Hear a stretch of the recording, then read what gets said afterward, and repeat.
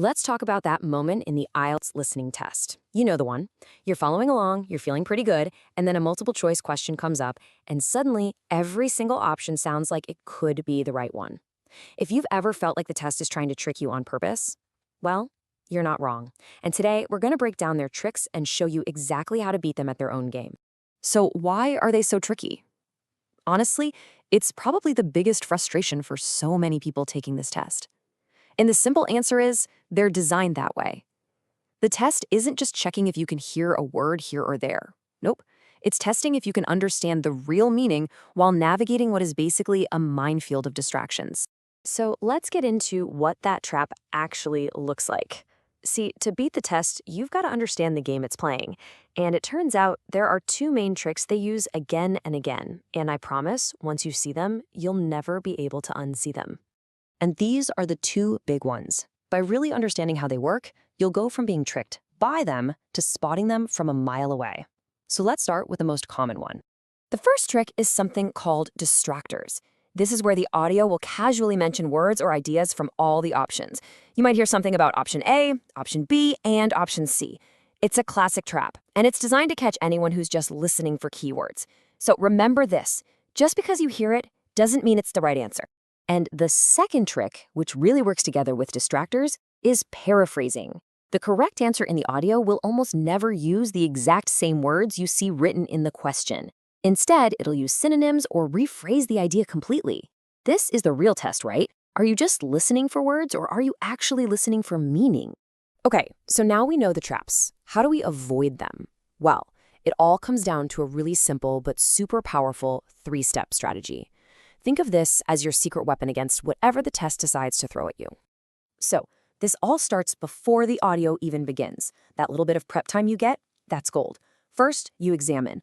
Quickly read the question and underline the most important keywords. Second, you predict. Based on those keywords, what kind of information are you about to hear? A date, a price, a reason for something. And then finally, when the audio starts, you listen for the overall meaning. Don't just jump on the first keyword you hear. That's the bait. All right, that's the theory, but let's actually put this strategy to the test. We're going to walk through a real example right now, step by step. Okay, here's our sample question. Theater tickets are lowest when they. So, step one, examine. What key words jump out? For me, it's definitely lowest. That's the key. Then we have weekend shows, in advance, and non-refundable. So our mission is to find the one single thing that makes the tickets the absolute cheapest. Now imagine you hear this in the test. The price depends on whether you go to a weekend show, but it is actually cheaper if you buy a ticket where you can't get a refund. Those cost about half the normal price. Did you catch it? Let's break down exactly what just happened there.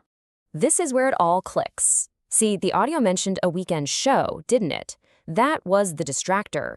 It was the bait to make you choose option A. But the real answer was hidden in a paraphrase. The speaker said it's cheaper if you can't get a refund. Well, what's another way to say can't get a refund? That's right, non-refundable.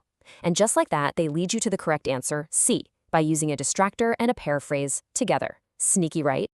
Okay, before we finish up, there is one more advanced trick that you absolutely have to know about. I like to call it the correction distractor, and it's designed to punish people who are too quick to answer. This is when a speaker says one thing and then immediately corrects themselves. You know, like, the meeting is on Tuesday. Oh, wait, sorry, it's on Wednesday. Anyone who rushes to write down Tuesday falls right into the trap. And trust me, it catches people all the time. So your job is to train your ear for these little signal words. When you hear things like, oh no, sorry, or actually, or wait a minute, that should be a huge red flag in your brain. It's a signal that the real answer is coming up next. So the golden rule is simple. Never, ever choose an answer until the speaker has finished their complete thought. Be patient.